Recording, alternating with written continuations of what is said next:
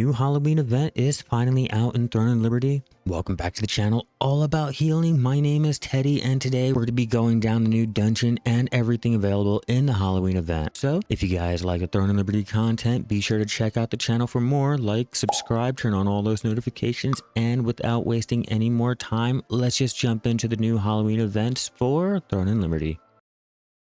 Starting out, we have the new co-op dungeon, Haunted Labyrinth, available for any level 50 character with the minimum combat power of 1600. This dungeon can be done either with randoms or with your guild, and before you can even do the event dungeon, you will have to get one of the candy corns required to open up the chest at the end. Simply hit the check-in right next to the minimap. In here, you can see how many candy corn is going to be given to you for that day. If you do miss a day, you can rectify missing 5 days total, and it's not always going to be just one candy corn, so be sure to log in every day, collect your candy corn, and complete those dungeons for even more goodies. Another way to get these candy corn is with the new event villages. Don't eat or spend all your candy at once. In these event villages, you can greet familiar friends in unique costumes around the village to receive candy corn. Also, you can search for characters hidden around the haunted harvest forms at night or morph into playful ghosts to identify them during the day for additional candy corn. For locating all 3 costume characters, you will receive the Phantom's Prank buff. This will have increased silent gain and increased experience gain.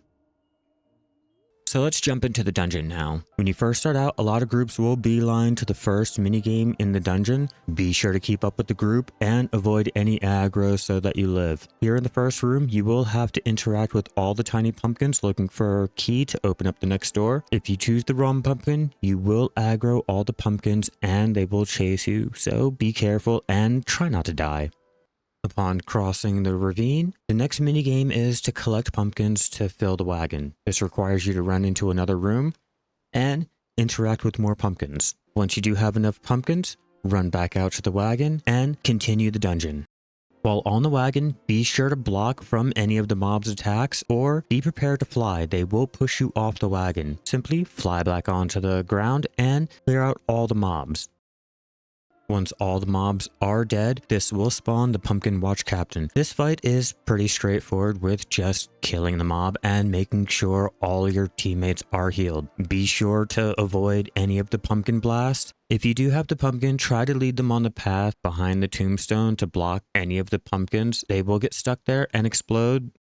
Be sure to have heavy heals for this just in case anyone is not fast enough, and continue to burn down the mini-boss. He will shoot out a flame cone, so be prepared to run out of the way, and when the boss is dead, it's on to the next minigame. The next minigame in this dungeon is going to be the rolling pumpkin maze. The objective of this minigame is to roll down the course while avoiding the giant pumpkins that will be rolling down the hallway. If you do get hit by any of these giant pumpkins, it will kill you and you will have to restart the race. Simply hide in these little nooks to avoid any damage from the giant pumpkins and continue rolling. Eventually, either you or your teammates will get to the end of the course and unlock the next resurrection circle. This will despawn the pumpkins and allow you to just simply run down the course. After you complete the pumpkin course, now it's time to take on the Ember Gourd.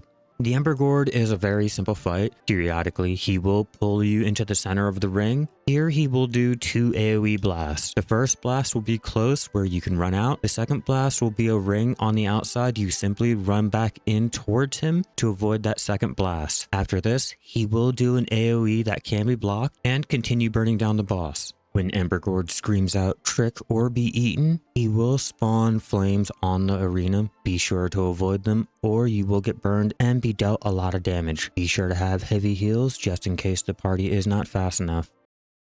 As the fight continues, Ember Gourd will spawn bombs around the arena. All you have to do is avoid them and continue burning down the boss. Another move to watch out for is the flame lines that Ember Gourd will spawn around the arena. This will inflict a burning dot damage that can be a little difficult to heal through if the party is being dealt a lot of damage. At the start of the second phase, walls of pumpkins will spawn. The goal of this phase is to run into the pumpkin that is going to be highlighted. Getting hit by any of the pumpkins does damage, and if you don't get into a pumpkin in time, it will cause massive AoE damage and can one-shot you. If you do die, you can join back into the fight simply flying over the barrier and jumping back into the arena. Throughout the second phase, you are turned into a fly, The goal of this phase is to get all the way up to Embergord. If you don't make it to the green circle in time, this will inflict massive damage, so make sure to do extra heals or save any party heals for that moment. After that, it's back to just burning down the boss and doing all of the mechanics on repeat. After a while, Embergord will die and you can open up your chest. This bag has a lot of goodies, so I suggest doing this as many times as you can daily if you guys have the candy corn for it. But the fun doesn't end there. Let's jump into the rewards that you have a chance of getting either by the dungeon drops or by using the dimensional pumpkins that you get rewarded for completing the dungeon. Heading over here to Karlstein, there's a new event NPC that you can exchange any of your dimensional pumpkins for the rewards from the dungeon if you're not that lucky. As you can see, we can get the Pumpkin Lord headpiece, Jack-o'-lantern Amitoi, the Hollow Knight morph, the Punky Pumpkin morph, trait unlock stones, trait extraction stones, enchanted ink, and lastly, quality stellarite. There is a weekly limit on the stones, while all the other rewards are a one-time buy. The dimensional pumpkins can only be obtained by completing the dungeons or the Amitoi Expeditions while using the Jack-o'-lantern Amitoi, so make sure to get that Amitoi first and then start working on getting all of your other unlocks done. Going into your cooking and hitting the event cooking tab, you can see the spooky pumpkin pie and the Choco Spider Cookie. The Spooky Pumpkin Pie has Mastery Bonus plus 50% and Abyssal Contract Token Efficiency plus 15% for a duration of 15 minutes. This will require one of the dimensional pumpkins and one golden rye. As for the Choco Spider Cookie, this will require one dimensional pumpkin. This has all critical hit chance plus 75, critical damage plus 5%, and has a duration of 15 minutes. As for fishing, you have a chance of catching either a red gummy fish, the yellow gummy fish, or the blue gummy fish, which will have the increased movement speed and increased attack speed, or the pumpkin taffy that has increased boss hit rate, damage boost against undead and demon enemies, and lastly, damage resistance against undead and demon enemies.